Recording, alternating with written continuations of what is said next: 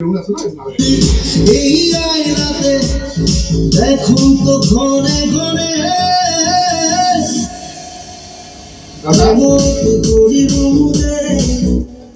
আয়নাটিটো অলপ চব ভাজি হৃদয়ের এই আয়নাতে এই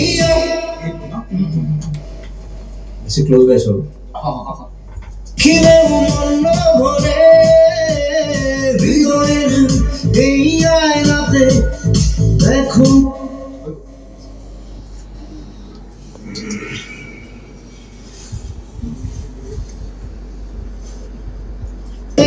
হৃদয়ের মন ভরে হৃদয়ের হৃদয়ের হৃদয়ের হৃদয়ের এই আয়নাতে দেখুন তো ঘরে ঘরে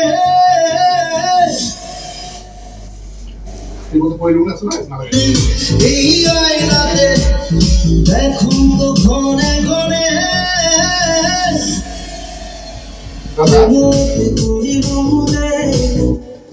আয়নাটিটো অলপ চব ভাজি হৃদয়ের এজন সুদক্ষ শিল্পী, গায়ক, পৰিচালক, প্ৰযোজক, অভিনেতা জুবিন গাৰ্গ। যি জুবিন গাৰ্গ বৰ্তমান আমাৰ মাজত নাই। কান্দিছে গোটেই অসম। সমগ্ৰ অসমৰ শদিয়াৰ পৰা ধুবুৰীলৈ লোক কান্দি কান্দি নিজকে বুজাব পৰা নাই যে জুবিন গাৰ্গ আচলতে গ'ল ক'ত। তেওঁক বিচাৰি হাবাথুৰি। তেওঁৰ লগত কাম কৰা কিছু লোক আছে, যি লোকসকল এতিয়াও পাহৰিব পৰা নাই কাম কৰা সময়খিনি, এতিয়াও পাহৰিব পৰা নাই তেওঁৰ লগত যেনেধৰণে কাম কৰিছিল, উঠা বহা কৰিছিল, অহা যোৱা কৰিছিল, খোৱা লোৱা কৰিছিল। সেই লোক এগৰাকীৰ ভিতৰত ধুবুৰী জিলাৰ গৌৰীপুৰৰ সত্যজিৎ চৰকাৰ নামৰ লোকজনো তেওঁৰ লগত কাম কৰিছিল। মই বৰ্তমান আজি উপস্থিত আছোঁ তেখেতৰ লগত। কিছু কথা জানিবলৈ তেওঁৰ ওচৰলৈ আহি পাইছোঁ। দাদা, আপোনাৰ ওচৰলৈ আহিছোঁ। ধন্যবাদ। যিহেতু আপুনি জুবিন গাৰ্গৰ লগত বহুত কাম কৰিছে, সেই কথাবোৰ এতিয়া আপোনাৰ কেনেধৰণে মনত পৰিছে? এতিয়া সেই স্মৃতিবোৰ বহুত আমনি কৰি আছে, দুখ লাগি আছে। সেই দিনবোৰৰ কথা 2001 পৰা কাম কৰি আছিলোঁ। মোটামুটি 50টামান গান গোৱাইছোঁ দাদাক দি, ৰাজবংশী গান, ৰাভা গান, বড়ো গান। সেইবোৰে আমনি কৰি আছে আৰু সেইবোৰে মনত পৰি থাকে দাদাৰ কথা। কেনেকুৱা লাগিছিল দাদাৰ লগত কাম কৰি? দাদাৰ লগত কাম কৰি বহুতে ভাল লাগিছিল। সেইটো ভাষাৰে বুজাব নোৱাৰোঁ কেনেকুৱা লাগিছিল, কিন্তু বহুত কিবা কিবি শিকিবও পাৰিছোঁ দাদাৰ পৰা। মানে আজি এইকেইদিন, শুক্ৰবাৰৰ পৰা আজি বুধবাৰ, এইকেইদিন যে কেনেকৈ গ'ল ক'ব পৰা নাই। মাজতে দুদিনমান গুৱাহাটীতো আছিলোঁ। সেই আৰু দাদা কেনে আছিল? দাদা অমায়িক আছিল। দাদা সঁচাই মানে মনটো মহাপুৰুষৰ নিচিনা আছিল। বহুত দয়ালু আছিল। জানেই গোটেই অসম মানুহে কেনেকুৱা মানে হেৰি পাইছে, আমি ওচৰৰ পৰা পাইছোঁ, আমি জানো দাদাক। সেয়ে আৰু বেছিভাগ মানুহে ভগৱানৰ আখ্যা দিছে, আপুনি কি কয়? ঠিকেই। এতিয়া আপোনালোকেতো গম পাইছে কাক কিমান সহায় কৰিছিল দুখীয়াক। সেইবোৰতো আজি এতিয়া ওলাই আছে। দাদা কোনোদিন কোৱা নাছিল, আমি জানো দাদা বহুত সহায় কৰে। ময়ো এবাৰ ৰেকৰ্ডিং কৰিব গৈছিলোঁ খাৰখুলিত, ৰাতি হৈ গ'ল বহুত, 2টামান বাজিলে। তেতিয়া মোক ক'লে যে খোৱা লোৱা কৰিছে নহয়, নাই কৰা, খাবলৈ দিলে। মোৰ অহাৰ পইচা আছেনে নাই সেইখিনিও সুধিলে, লগত 2000 টকা মোক পকেটত সোমায়ো দিলে। পিছত তাতো খাৰখুলিৰ পৰা ৰাতি গাড়ী চাড়ী একো নাই, তাতে হেৰিও নাই, অ'টোও নাই। তাৰপিছত দাদাই ক'লে তুমি যাবা কেনেকৈ? মই ক'লোঁ যাম আৰু কি আৰু, ৰাতিপুৱা ওলাই যাম আৰু ইয়াৰ পৰা খোজকাঢ়ি মই যাম আৰু যিমান তলত নামিব পাৰোঁ। তাৰপিছত মই অটোপালে যাম। নালাগে দিয়া, তুমি ৰাতিপুৱাৰ বাছখন ধৰা, মই গাড়ী দি আছোঁ তোমাক। গাড়ী এখনেৰে মোক ISBTত নমাই দিলে। মই তাকে চিন্তা কৰিছোঁ, কি দৰকাৰ আছিল মোৰ নিচিনা এজন আৰ্টিষ্টক। মই মিউজিক কম্প'জ কৰিছোঁ, তেখেতে গাইছে, পইচা লৈছে, বাছ হৈ গ'ল আৰু। সেইখিনি কৰিব লগা কি আছিল? তেতিয়া গম পালোঁ নহয় মানুহজন সঁচাই মানুহ নহয়, আত্মাটোৱেই বেলেগ। এই কথাবোৰে মনত পেলাইছে। মনত এনেকুৱা পেলাইছে। কি কথা আছিল আপোনাৰ এতিয়াও বাৰে বাৰে মনত পৰি আছে এনেকুৱা ঘটনা? এনেকুৱা আছে সেইটোৱেই। তাৰপিছত লাষ্ট ধুবুৰীত আহিল, প্ৰতিমা মন্দিৰ শ্ব' এখন আছিল, তাতে আহিছিল, মোক ফোন কৰিছে। এই জানে মোৰ ঘৰ গৌৰীপুৰত।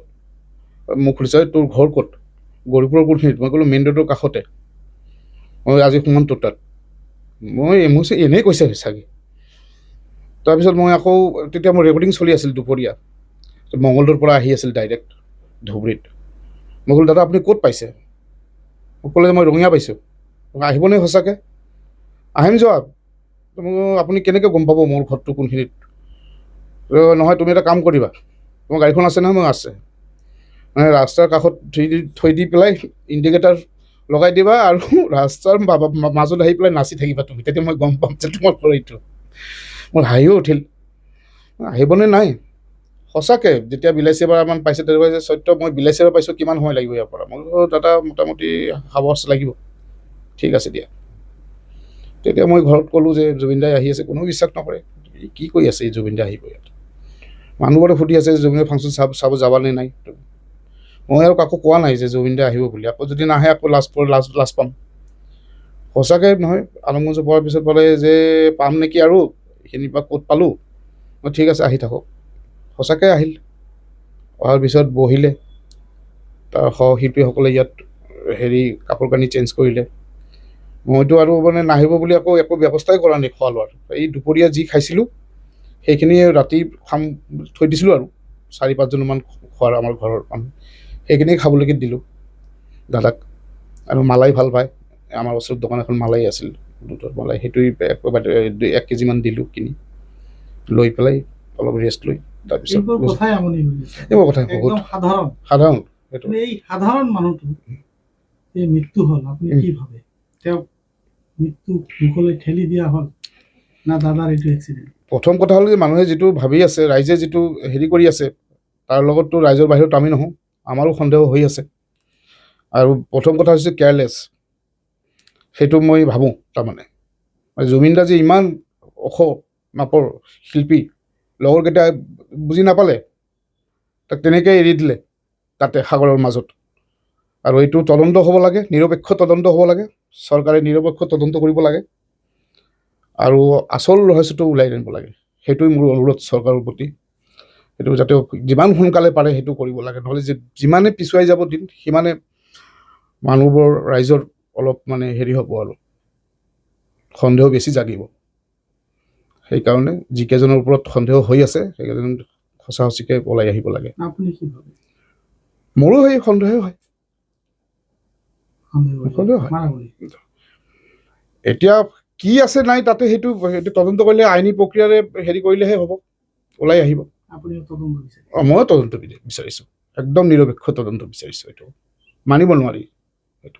শেষৰ পৰা জুবিনদাৰলৈ কি ক'ব?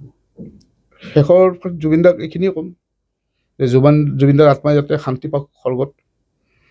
আকৌ যাতে জুবিনদা আমাৰ অসমলৈ ঘূৰি আহে, বাকী থকা কামখিনি যাতে ভালকৈ সমাপন কৰি দিয়ে আমাৰ ইয়াত অসমত, সেইখিনিয়ে বিচাৰোঁ। ধন্যবাদ জনাইছোঁ। এয়া হ'ল সত্যজিৎ সৰকাৰ। আৰু এই সত্যজিৎ সৰকাৰে সুদীৰ্ঘ 25টা বছৰে কিন্তু তেওঁৰ লগত কাম কৰি আছিল, বৰ্তমানেও কাম কৰি আছিল, চলিত বছৰতো কাম কৰিছে। কিন্তু তেখেতে দুখ প্ৰকাশ কৰিছে আৰু তদন্তৰ দাবী জনাইছে যে এয়া তেওঁক মৃত্যুমুখলৈ ঠেলি দিয়া হ'ব পাৰে বুলি তেওঁ সন্দেহ প্ৰকাশ কৰিছে। সমগ্ৰ অসমৰ লগতে তেখেতেও কিন্তু এক তদন্ত বাবে আবেদন কৰিছে, যাতে সঠিক তদন্ত হ'ব লাগে জুবিনদাৰ লগত কি আচলতে ঘটনা ঘটিছিল। আৰু প্ৰায় 50টাকৈ গান তেখেতৰ জুবিনদাৰ হতুৱাই তেওঁ কৰা বুলি ইতিমধ্যে প্ৰকাশ কৰিছে। আৰু আগলৈ বহু কাম কৰাৰ ইচ্ছা আছিল, কিন্তু জুবিনদা আমাৰ মাজৰ পৰা গ'লগৈ। তেখেতে দুখ প্ৰকাশ কৰাৰ বাহিৰে একো কৰিব পৰা নাই।